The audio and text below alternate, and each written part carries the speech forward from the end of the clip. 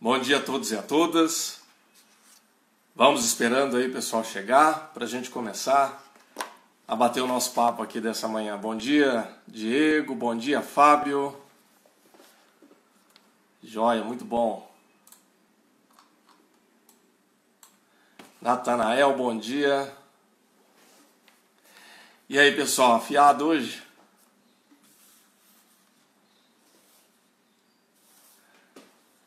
Simone, bom dia. Hoje tem conflito, hein, gente? Hoje o bicho vai pegar. Ou não. Para ser bem novo baiano, né? Conflitos ou não. Vilma, bom dia.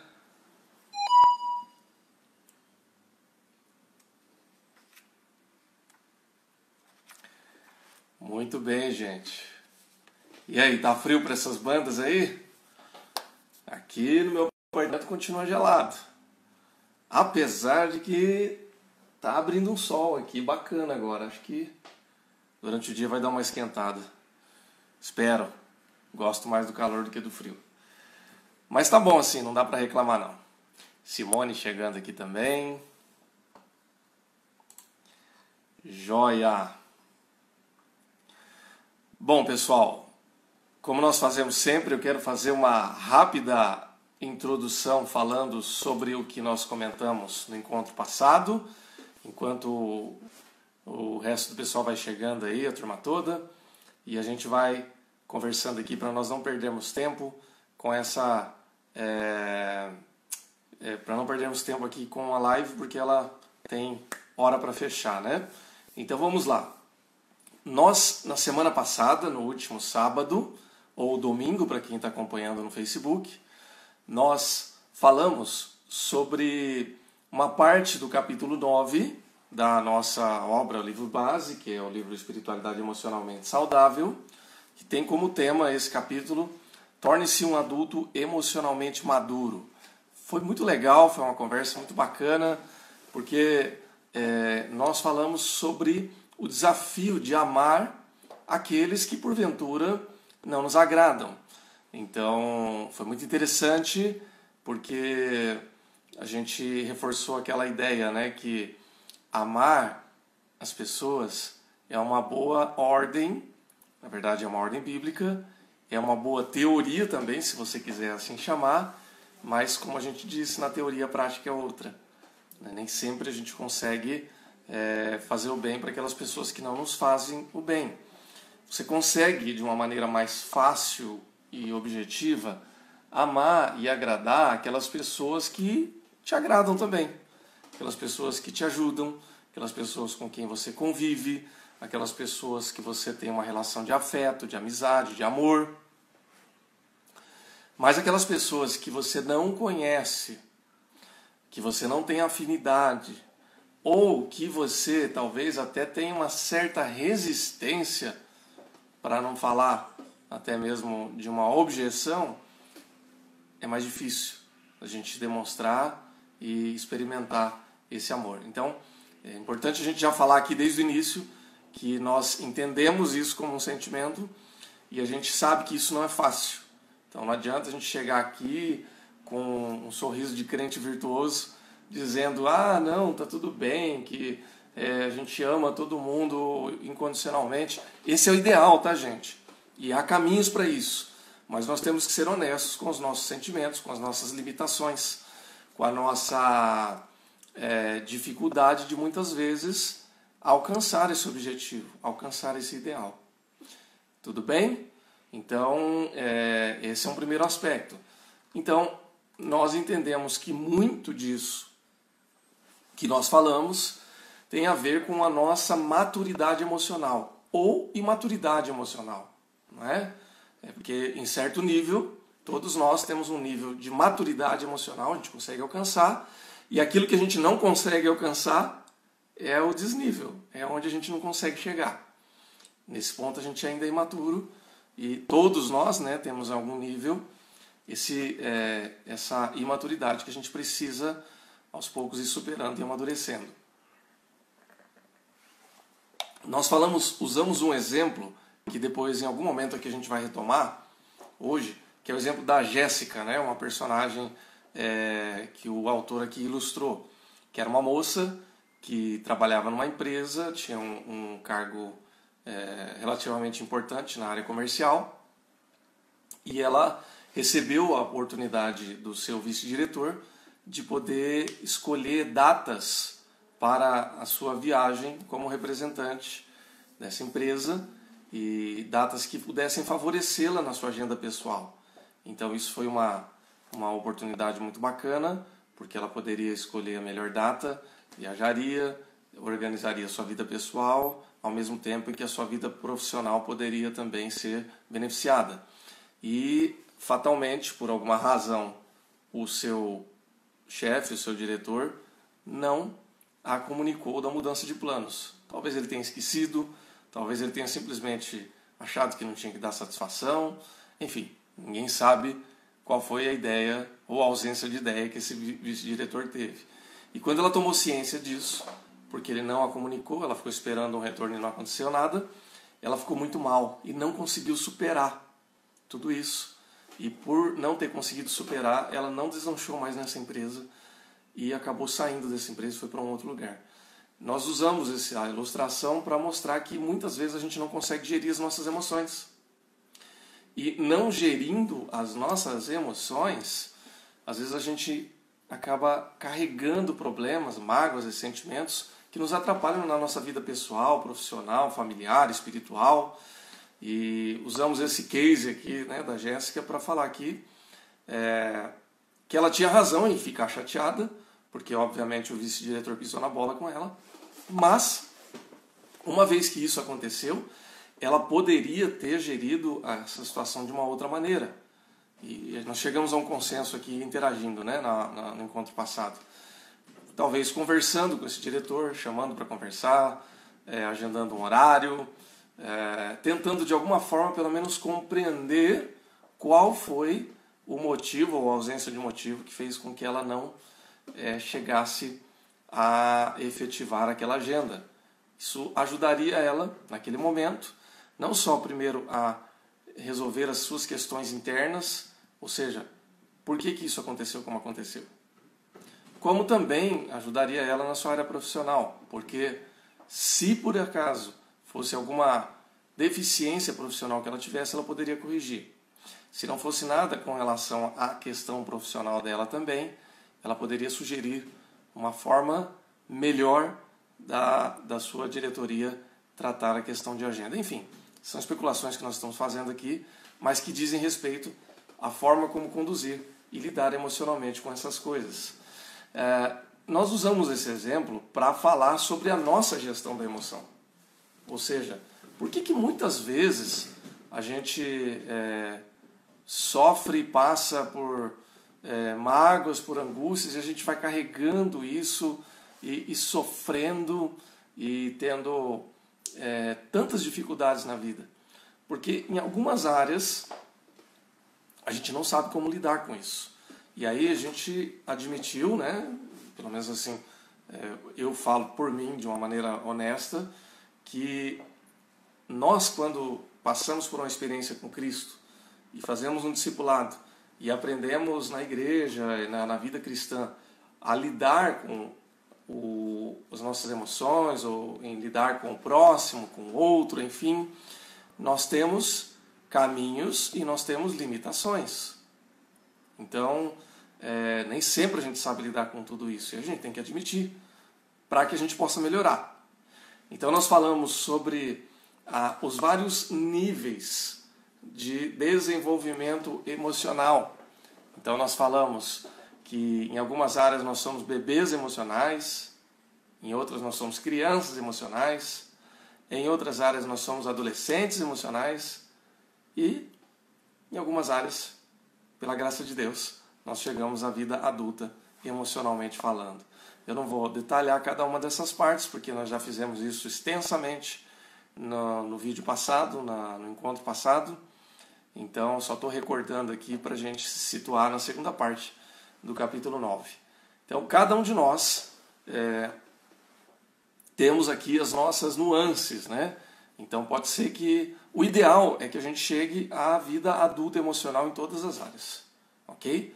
Mas é importante que para que a gente chegue nesse nível, a gente reconheça também em que nível nós estamos. Então pode ser que no relacionamento afetivo, homem, mulher, a gente esteja talvez como adulto emocional, mas às vezes no relacionamento no trabalho a gente ainda é adolescente. Ou o inverso. No trabalho você é muito sério, rigoroso, adulto, correto, mas quando chega em casa se torna um bebê, uma criança ou um adolescente. Então assim, essa é uma resposta muito particular, é uma coisa que cada um de nós temos que fazer a nossa análise e nos enxergar, e à medida em que a gente se enxerga, a gente consegue, pela graça de Deus, por reflexão e por intenção, caminhar um pouco mais nesse sentido. Gente, até aqui, para quem está acompanhando, tá tudo bem? Alguém quer fazer algum comentário, alguma pergunta? Ficou algum ponto e vírgula aí da aula passada de tudo isso que nós falamos aqui para comentar aqui? Porque daqui por diante a gente segue então para falar um pouco mais sobre a segunda parte desse capítulo. Comenta aí se você achar que precisa.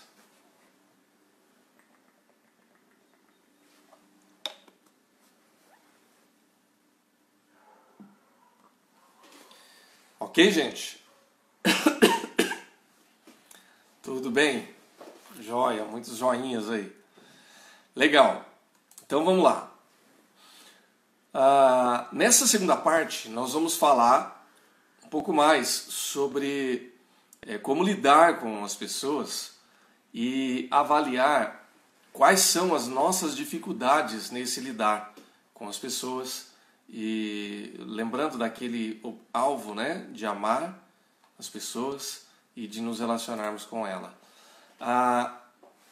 Eu quero aqui lembrar o texto de Mateus, capítulo 22, do 37 ao 40. Eu ia só lembrar, mas eu vou ler o texto, né, para que a gente não esqueça, para que nós continuemos firmes aqui na referência da temática desse capítulo. Mateus 22, do 37 ao 40. Vamos desde o versículo 34 aqui. Mateus 22, 34 começa assim: Entretanto, os fariseus, sabendo que ele fizera calar os saduceus, reuniram-se em conselho. E um deles, intérprete da lei, experimentando-o, lhe perguntou: Mestre, qual é o grande mandamento na lei? Respondeu-lhe Jesus: Amarás o Senhor teu Deus de todo o teu coração, de toda a tua alma e de todo o teu entendimento. Este é o seu grande e primeiro mandamento. O segundo, semelhante a este, é: amarás o teu próximo como a ti mesmo. Destes dois mandamentos dependem toda a lei e os profetas. Bom, a gente vai voltar a esse texto, ou citar esse texto algumas vezes durante a nossa reflexão aqui hoje. E esse texto ele tem os seus paralelos, né, nos evangelhos sinóticos. Talvez a extensão maior, talvez não, a extensão maior dessa reflexão está lá no Evangelho de Lucas, no capítulo 10, versículos 25 a 37, quando você encontra a parábola do bom samaritano, em que a primeira parte, ou a primeira dessas duas perícopes aqui da parábola, falam exatamente isso, sobre o primeiro e o segundo mandamento. Só que Jesus está sendo contestado ali, e em Lucas ele conta a parábola do bom samaritano para ilustrar o que ele está dizendo aqui, que nós lemos aqui também em Mateus. Ok? Agora, é interessante esse trecho aí em Mateus, porque aqui Mateus cita duas tribos, ou duas linhas do judaísmo daquele tempo: os saduceus e fariseus. Vocês sabem que os saduceus, eles eram os chefes, os líderes do templo. Então, era gente que tinha muito poder político e religioso na Palestina, em Jerusalém, no judaísmo em geral daquele tempo, né? Por quê? Porque eles comandavam o templo, e o templo tinha um papel significativo na religião de Israel. Só que os saduceus, eles não eram tão rigorosos na lei quanto os fariseus. Não é que os saduceus não levassem a lei a sério, não é isso. Mas é que para os fariseus, a lei ela tinha um símbolo de coesão religiosa mais profundo até do que o templo. Tanto é que no ano 70 depois de Cristo, quando os romanos derrubaram o templo de Jerusalém, a religião dos saduceus acabou. Porque sem templo não tem saduceu. E quem sobrou nessa história, de todas as linhas da época, essênios, zelotes, toda essa turma aí, saduceus, só sobrou fariseu. Tanto que o judaísmo atual que existe no mundo, ele é herdeiro do farisaísmo. Não que os judeus de hoje sejam fariseus, não é isso, mas foi a única linha judaica que permaneceu porque eles não precisavam de um lugar fixo. Eles se mantinham pela interpretação da lei e pelo amor ao texto da lei. Então, essa é a questão. Agora, o que acontece aqui? Jesus tinha desmontado os argumentos dos saduceus. É o que o texto diz. Aí os fariseus vão debater com ele e vão questionar ele quanto à lei. Dizendo assim, mas ô Jesus, então vem cá, o que a lei diz a respeito dessas coisas? E aí Jesus usa a lei para responder aos seus questionamentos. Amarás ao teu Deus e o segundo mandamento, tão importante quanto esse, amarás ao teu próximo como a si mesmo. Por que isso foi um elemento de forte debate nos tempos de Jesus? Porque os mestres da lei, os fariseus, eles não conseguiam fazer essa conexão. A conexão que eles faziam era a seguinte: eles eram rigorosos no cumprimento da lei e entendiam que a lei era o caminho seguro para que eles pudessem agradar a Deus e viver em conformidade com a vontade de Deus. E eles tinham razão num certo aspecto com relação a isso, porque, de fato, a lei para o judeu era a forma segura pela qual eles poderiam manter os ensinamentos da palavra de Deus. Veja, você vai lá para o Antigo Testamento, você vai encontrar uma série de referências ao valor da lei. Você pega lá em Josué, capítulo 1, Deus está dizendo, olha, você não desvia dessa lei nem para a direita nem para a esquerda. Você vai encontrar uma série de salmos, onde Davi e outros salmistas vão falar do amor e da importância da lei e da palavra de Deus. Você vai pegar o Salmo 119, que é um salmo gigantesco, é o capítulo mais comprido da Bíblia. Vai falar da excelência da lei do Senhor. Então, o problema não era a lei em si, ou o zelo pela lei. O problema era a interpretação que era dada à lei, que não levava em conta o próximo como um elemento de valor profundo aos olhos de Deus. Porque estava entre os mandamentos da lei amar ao seu próximo como a si mesmo. E isso, para os mestres da lei, não fazia sentido, porque eles enxergavam outros aspectos da lei.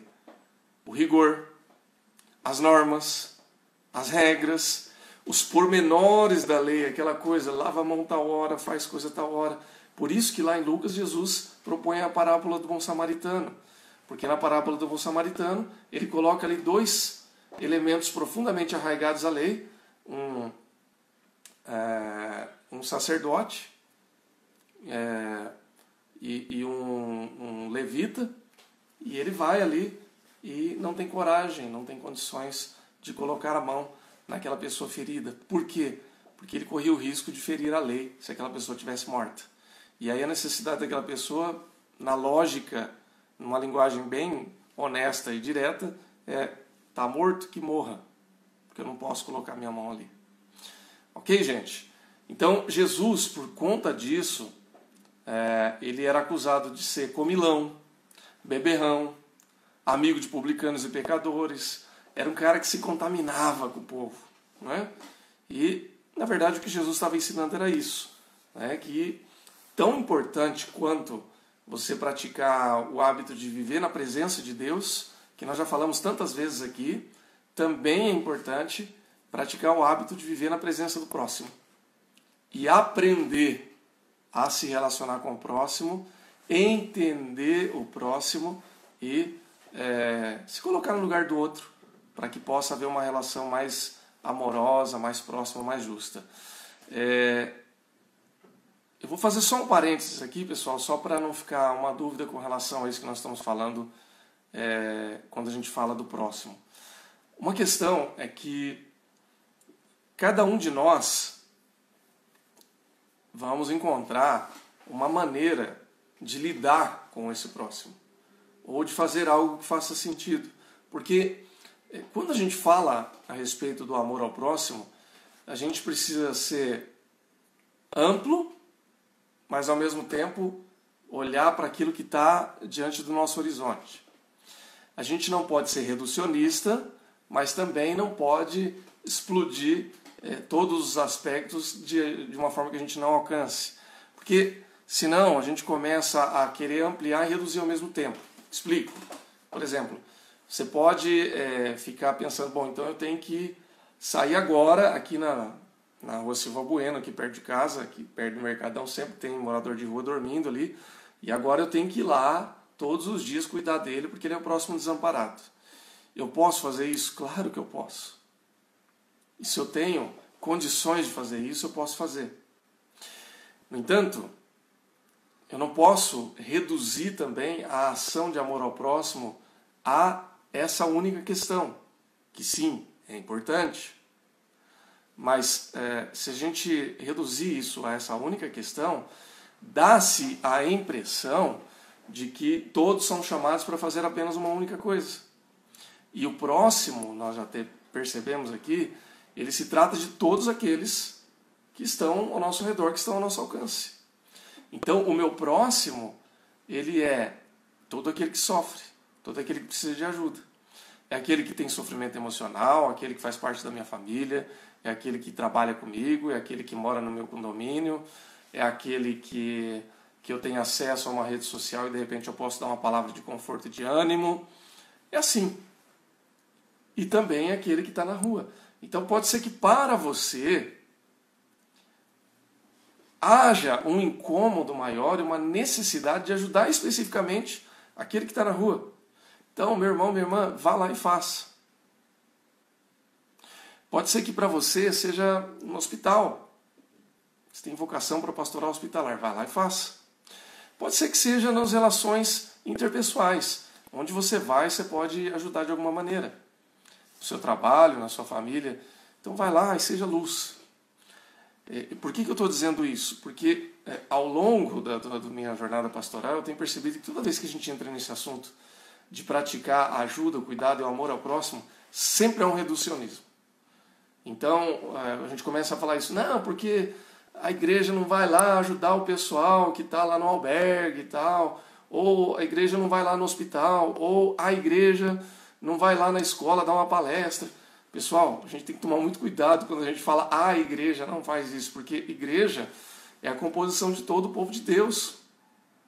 E se a tua igreja local às vezes não está fazendo isso, mas a outra igreja local está fazendo. E o contrário também é verdadeiro. Aquilo que a igreja vizinha não faz, a sua igreja faz. Então, a gente tem que procurar ampliar ao máximo o leque de opções, obviamente. Mas é na multiplicidade dos dons do corpo de Cristo que a gente faz isso. Deus não chamou um para fazer todas as coisas. Deus chamou uma multiplicidade de pessoas para fazer várias coisas.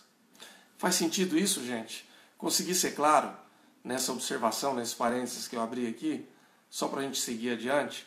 E se você tiver alguma dúvida, você pode perguntar. E se você não concordar, você pode falar também, tá bom? Mas é só para que a gente não seja nem amplo demais que a gente não consiga alcançar, porque ninguém consegue abraçar o mundo, mas que a gente também não seja reducionista demais, a ponto de achar que só uma forma de agir ou de proceder vai nos levar a nos aproximar das pessoas. Se você concorda, você pode dar um joinha. Se você discorda, você pode dar um não joinha. Ou pode fazer uma pergunta ou uma observação. Tá ok? Bom, enquanto você se manifesta ou não, nós vamos explicar um pouco por que a nossa interpretação ela se dá dessa maneira. Gente, a nossa grande virtude e o nosso grande problema também é que toda interpretação que a gente tem dessas coisas, ela é baseada nos nossos sentidos. Então, a forma como a gente vê o mundo, como a gente interpreta o mundo, ela é baseada em como a gente elabora isso aqui, ó, na nossa cabeça, na nossa mente.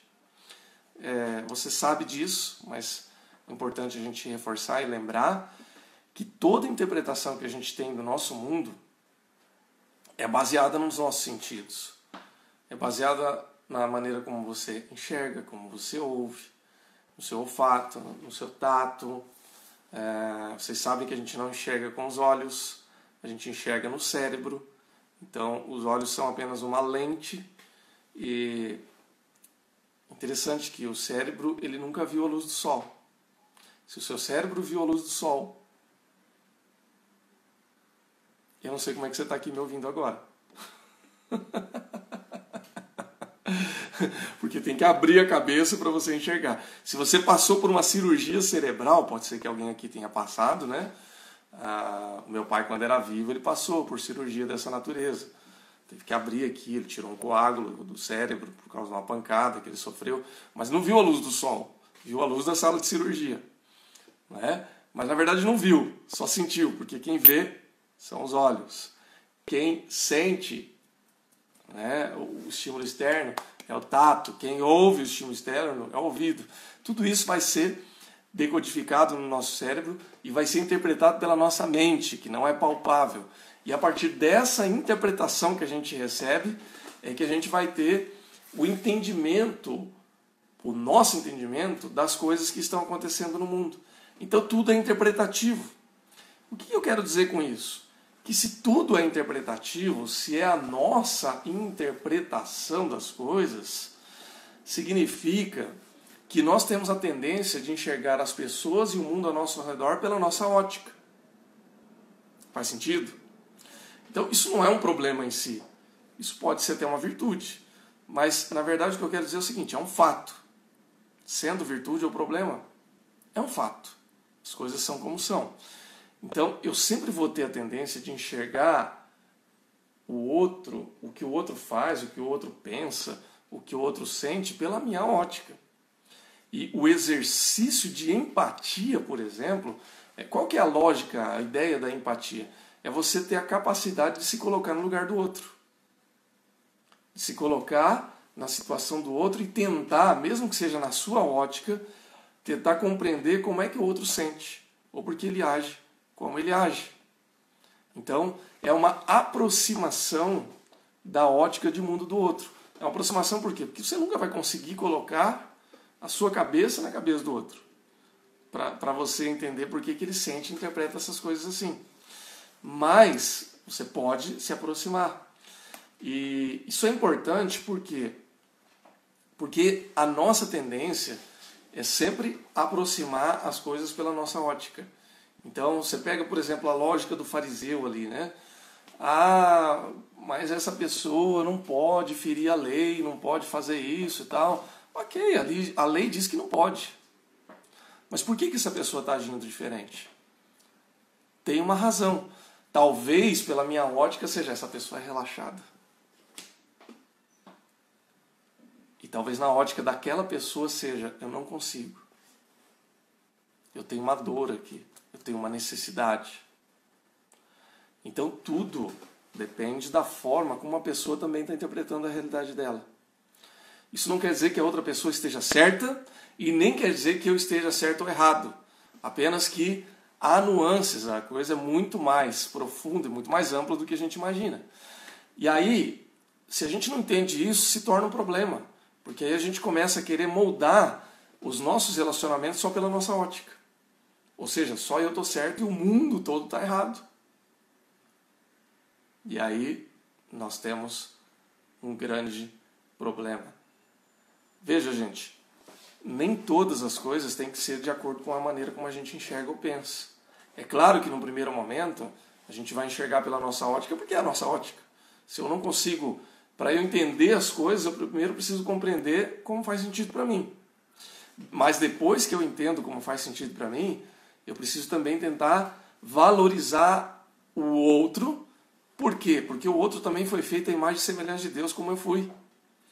Quando a gente entende que Deus fez cada ser humano, que cada ser humano é único, que cada pessoa ela tem o seu valor diante de Deus, então a gente começa a baixar um pouquinho a nossa bola e começa a perceber que o outro, ele é valioso. E se ele é valioso, ele tem alguma relevância.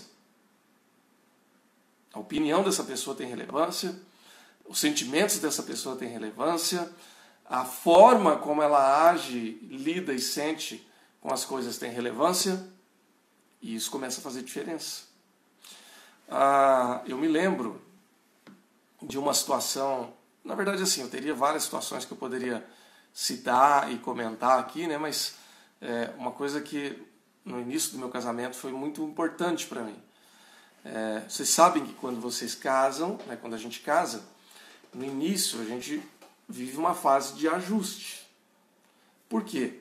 Porque vocês sabem que namoro, ele ajuda a gente a conhecer o nosso cônjuge, o marido, a esposa, mas o namoro, ele, em algumas áreas, só arranha a superfície. Se você é casado, você sabe do que eu estou falando. A gente só vai conhecer a pessoa para valer quando a gente dorme e acorda com ela. Quando a gente começa a perceber algumas nuances do comportamento dessa pessoa. Como ela levanta, que temperamento que ela apresenta quando ela acorda. Se ela deixa a pasta de dente aberta ou fechada, se aperta no meio ou no final. Se a toalha fica em cima da cama ou não fica. Se ela deixa a porta aberta ou fechada. Se ela coloca as coisas na geladeira em cima ou embaixo. Se ela dá risada ou fica séria. Se ela responde explosivamente ou de uma maneira passiva demais.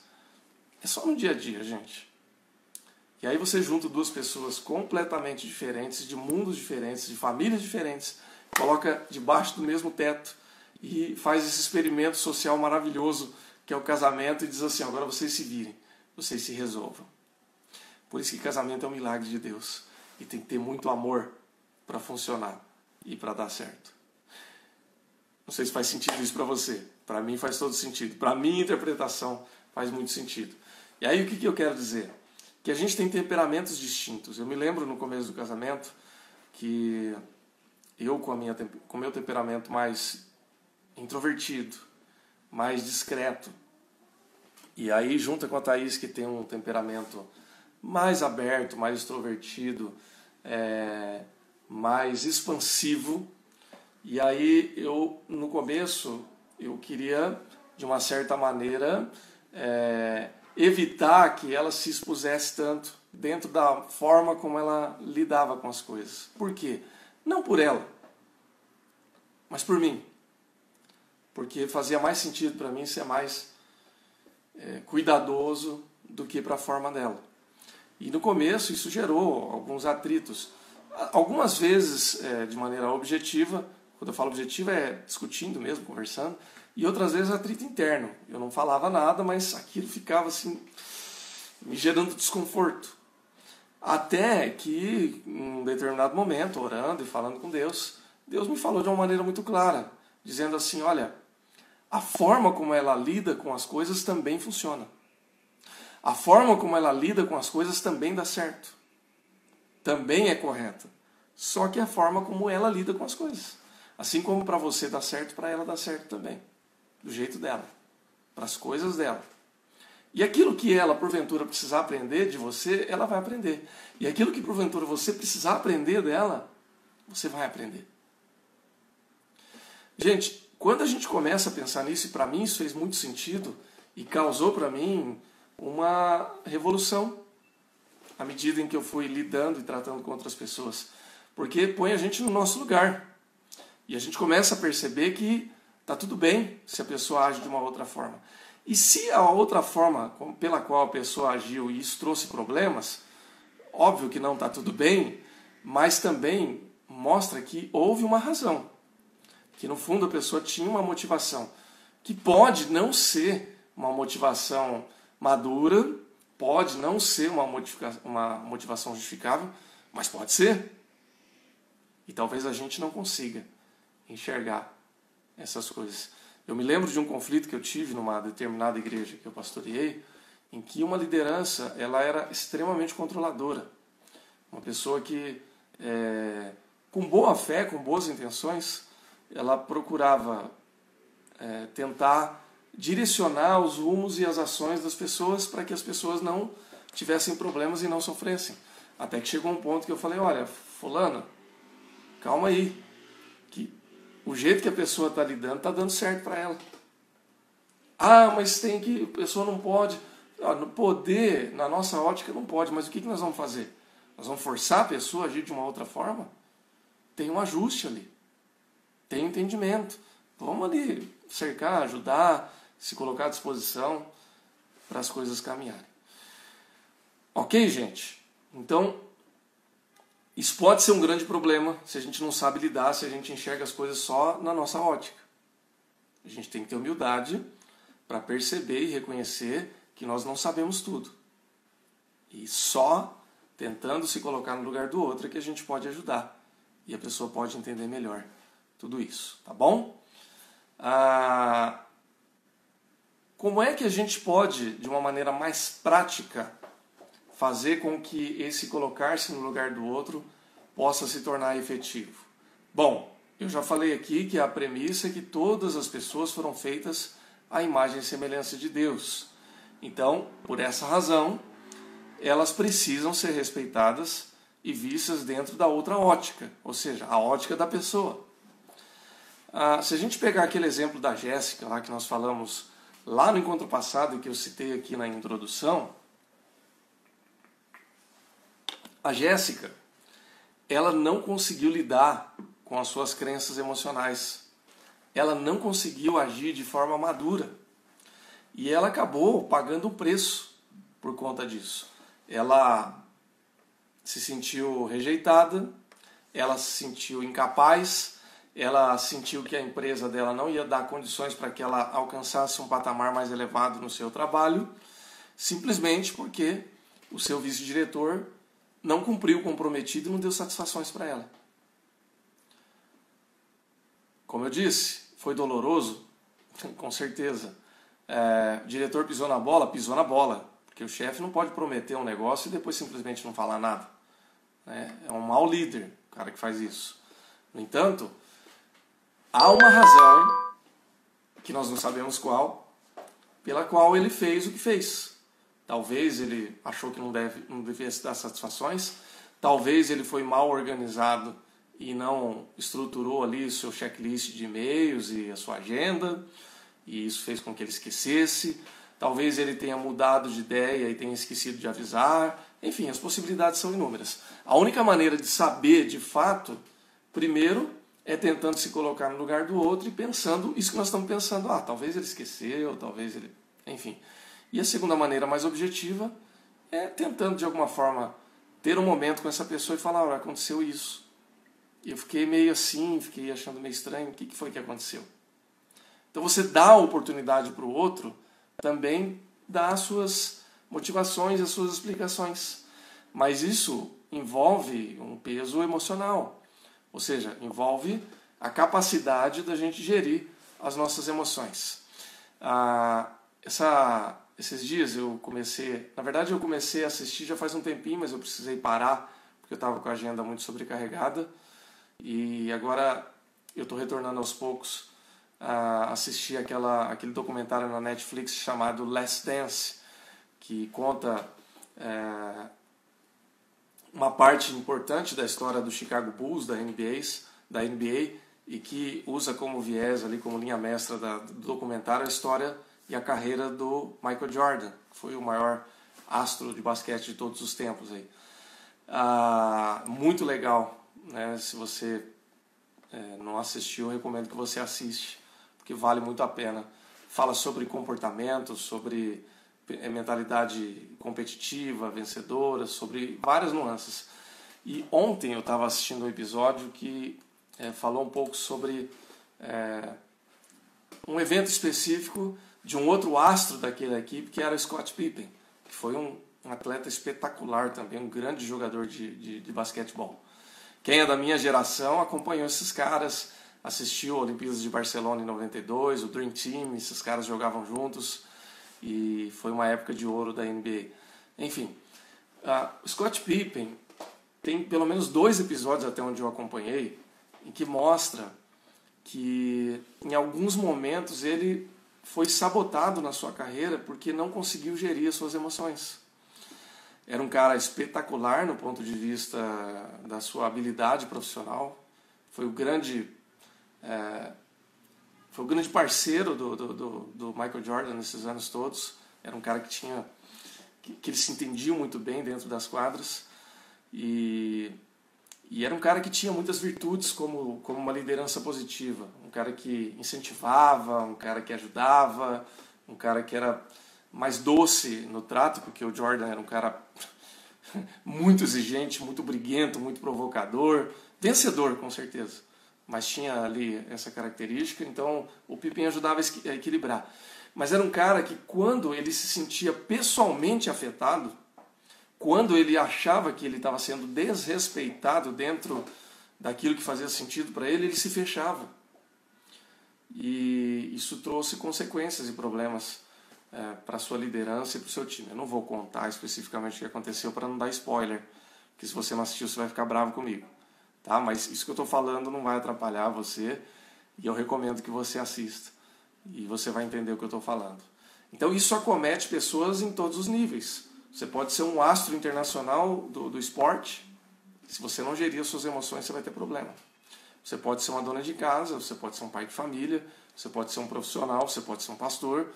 Se você não tiver a capacidade de gerir as suas emoções e se conhecer, você vai ter dificuldade de lidar com o outro. Por quê? Porque você não vai conseguir, pelo menos, tentar se colocar na posição do outro e entender por que ele está agindo como ele está agindo. Quais são as suas motivações e por que as coisas aconteceram como aconteceram. Se você já assistiu esse documentário, Last Dance, você vai entender o que eu estou falando. Se você não assistiu ainda, recomendo que você assista. Ok, gente? Gente, tudo bem até aqui? Você pode comentar aí se você quiser, tá? Então, todas as pessoas, elas têm a ótica delas, como nós temos. E agir de forma madura, nesse sentido, é procurar, ao máximo possível, entender ou se colocar no lugar do outro para tentar entender qual foi a motivação do outro e por que ele é como é e por que ele age como age. Gente, isso não significa que você tem que concordar com o outro, que você tem que aplaudir o outro ou achar que ele está certo em tudo que ele faz. Faz sentido? Não é isso. Significa, no entanto, que quando você e eu tentamos nos aproximar da ótica do outro, a gente tem uma visão muito mais humana, muito mais compreensiva, muito mais amorosa.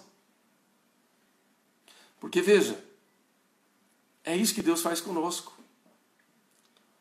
Eu tenho uma interpretação das coisas que me leva a agir de maneira virtuosa e de maneira pecadora. Todas as vezes que eu peco, eu estou pecando baseado na minha ótica de vida. Ou não é isso? Porque para mim me parece que é. E aí eu encontro um Deus que é compreensivo, que é o Deus do salmista que diz: tu me sondas e me conheces, esquadrinhas os meus pensamentos, conhece o meu deitar e o meu levantar. De longe Deus já me olha e sabe o que é que eu estou pensando e o que eu estou sentindo. E aí Deus, como me conhece, Ele sabe exatamente quais são as minhas motivações, por que eu ajo como eu ajo, por que eu penso como eu penso. Então, nós não somos Deus, mas nós somos filhos de Deus. E esse mesmo olhar amoroso que Deus tem para conosco e para com o nosso próximo é o esforço de aproximação que nós precisamos fazer. Ok, gente? Gente, até aqui tudo bem? Eu quero falar um pouquinho sobre como a gente aproxima mais esse relacionamento, como isso pode dar certo. Se você tiver alguma dúvida, algum comentário até aqui, posta aí nos comentários e a gente vai tendo essa interação.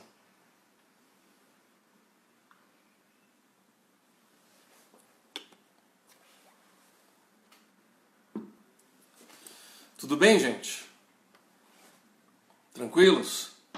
Bom, vamos lá.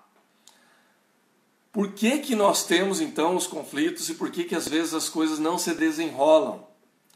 Primeiro, Primeira razão, vamos lá, o Diego está comentando aqui. Entendo que para entender o outro precisamos investir na qualidade dos nossos relacionamentos. Isso. É isso aí, Diego. Valorizar, né, a qualidade dos nossos relacionamentos e investir tempo e energia nisso. Como é que a gente pode fazer isso?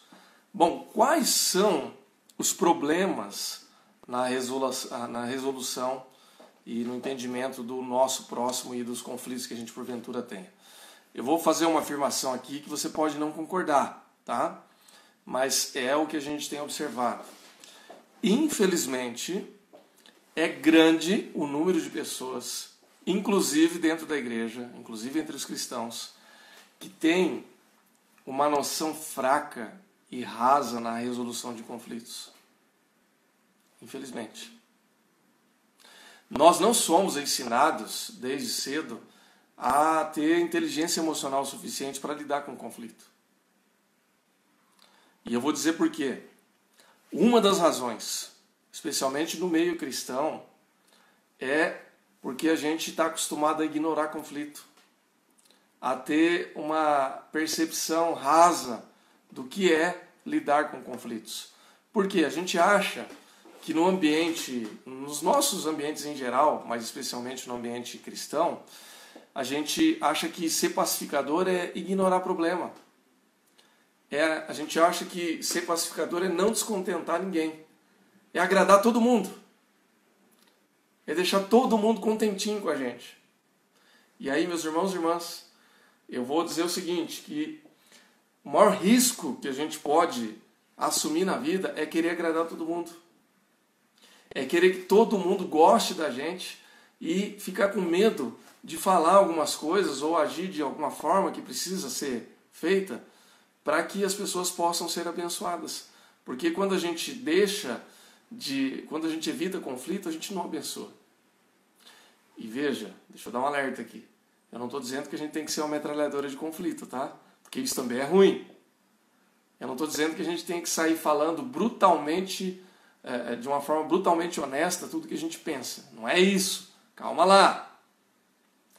Mas o que eu estou dizendo aqui é que a gente precisa cada vez mais aprender a ser assertivo nas formas como a gente lida com as pessoas. Voltei aqui ao tema da assertividade, né?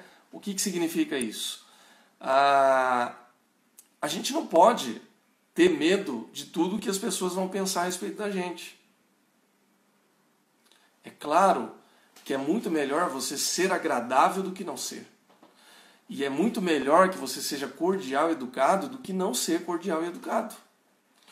Mas isso não significa que a gente vai passar pano para tudo. Você sabe o que é passar pano, né? Botar pano quente. Passar pano, botar pano quente, é não lidar com conflito. É a gente achar que, tá tudo muito bom, tá tudo muito bem, e tudo jóia.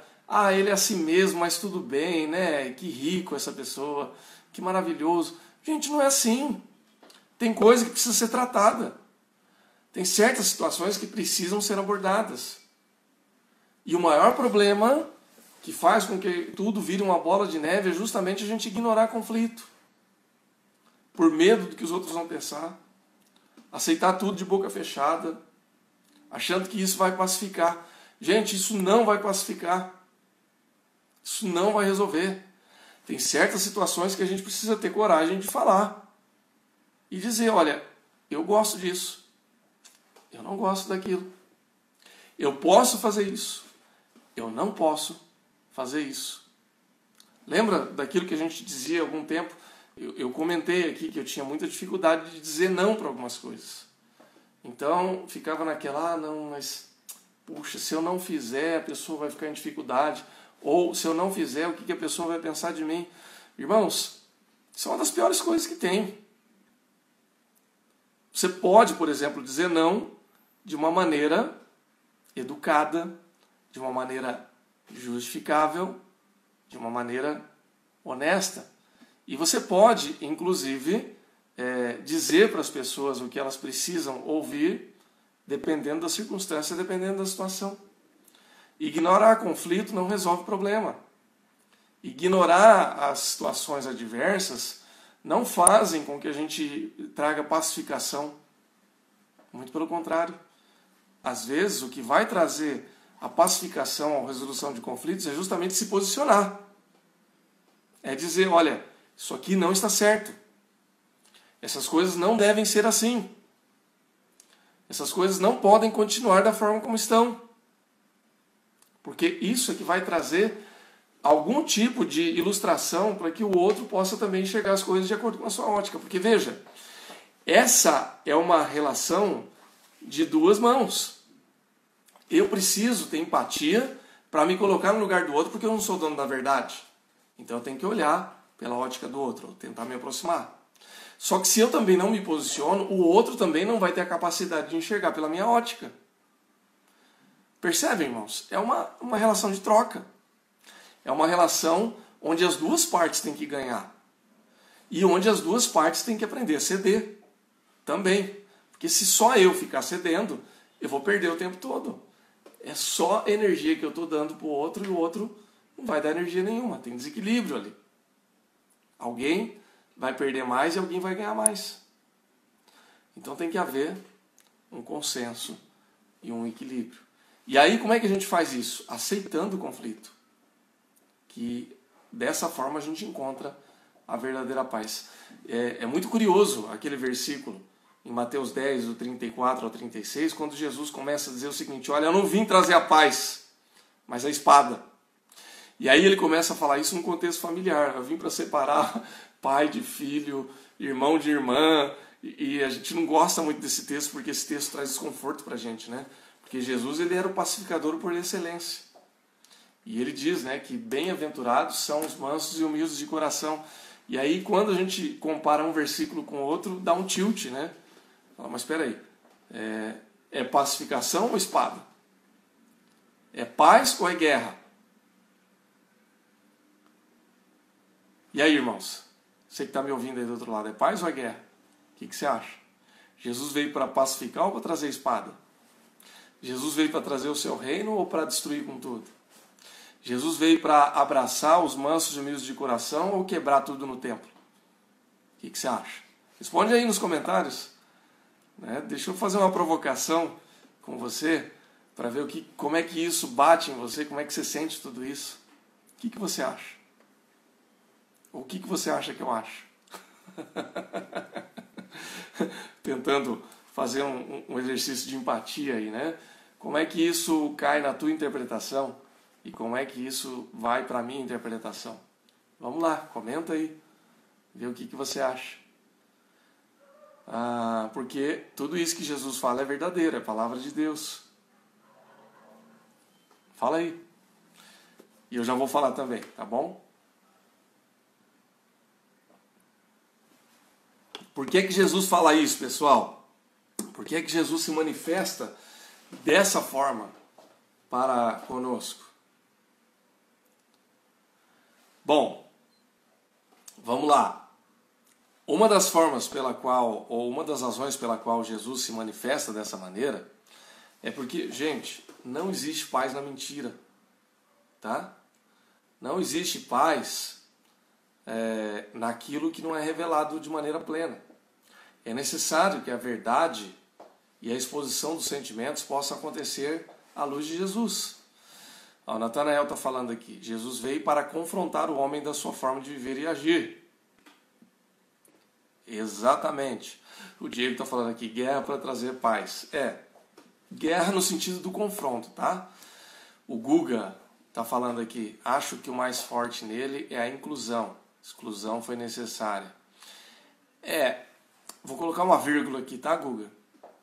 Jesus, na verdade, ele nunca excluiu. Mas ele, de fato, ele mostrou quais atitudes que eram auto-exclusivas. Ou seja, quem age dessa maneira se auto-exclui. De fato. Veja, Jesus, ele expunha em muitos dos seus ensinamentos e das suas atitudes as coisas que eram exatamente como eram. Então Jesus, ele sempre foi amoroso e acolhedor, mas ele nunca dourou a pílula. Ele nunca passou pano. Ele sempre falou a verdade de uma maneira que às vezes ao outro poderia parecer dolorosa. Por quê? Porque tudo que Jesus falava tinha por trás ali um ensinamento e uma razão pela qual ele dizia. Então, ele dizia assim, olha, conflitos só podem ser resolvidos se houver uma carga de tensão. Conflitos só serão resolvidos se houver confronto. Porque se não há confronto, o outro também não tem a possibilidade de se perceber dentro desse confronto. Vamos trazer isso para uma ilustração mais próxima da nossa realidade. Você convive com uma pessoa que prejudica todo mundo. Ou que às vezes prejudica a si mesmo. Né? Que faz coisas que atrapalham a vida dela, que atrapalham o conjunto familiar. E aí ninguém fala nada. Ou no trabalho, um funcionário ou um colega de trabalho que só traz prejuízo. O cara não trabalha direito, o cara chega tarde, sai cedo, é inconveniente. Só que ninguém fala nada porque ninguém quer atrito, ninguém quer dor de cabeça. Sabe qual é o problema? Quando ninguém fala nada e ninguém quer dor de cabeça, a dor de cabeça só aumenta. Porque essa pessoa não vai mudar.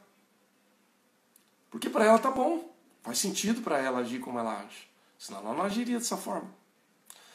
E aí é necessário, e você não precisa ser duro no sentido... vou até corrigir a palavra aqui. Você não precisa ser deselegante, sem educação, grosseiro. Mas se não houver confronto, se alguém não chegar e falar assim, olha, essa sua atitude não está colaborando, essa pessoa vai continuar fazendo isso. E, inclusive, se não houver alguém que confronte, que gere esse nível de tensão, essa pessoa não vai ter nem a possibilidade de se explicar para dizer por que ela age como ela age. Porque às vezes não é por mal. Às vezes ela nem sabe que ela está agindo de maneira inconveniente. Mas é só no diálogo, no confronto, na tensão, que há a possibilidade de haver uma troca de experiências e de mudança. Pessoal, faz sentido isso? Como é que vocês entendem isso? Eu quero que você, se puder, faça algum comentário ainda, que nós estamos encerrando a primeira hora aqui. E aí a gente encerra, antes que o Instagram encerre pela gente. E nós começamos alguns minutos ainda, pelo menos mais uns 15, 20 minutos, para a gente encerrar esse tema de hoje numa segundo vídeo, numa segunda live. Comenta aí. O que você acha? Como é que você entende isso? Tá gerando tensão para você isso? Espero que esteja. Porque se estiver gerando tensão, significa que a gente está caminhando para um confronto aqui que possa nos ajudar mutuamente para a gente chegar onde a gente precisa chegar. Comenta aí, gente, enquanto nós temos ainda mais 2 minutinhos antes de encerrar essa primeira hora.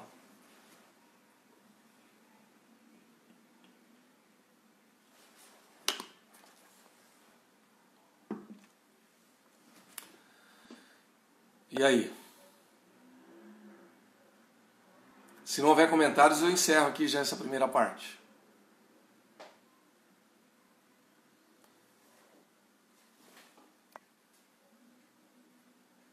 Ok.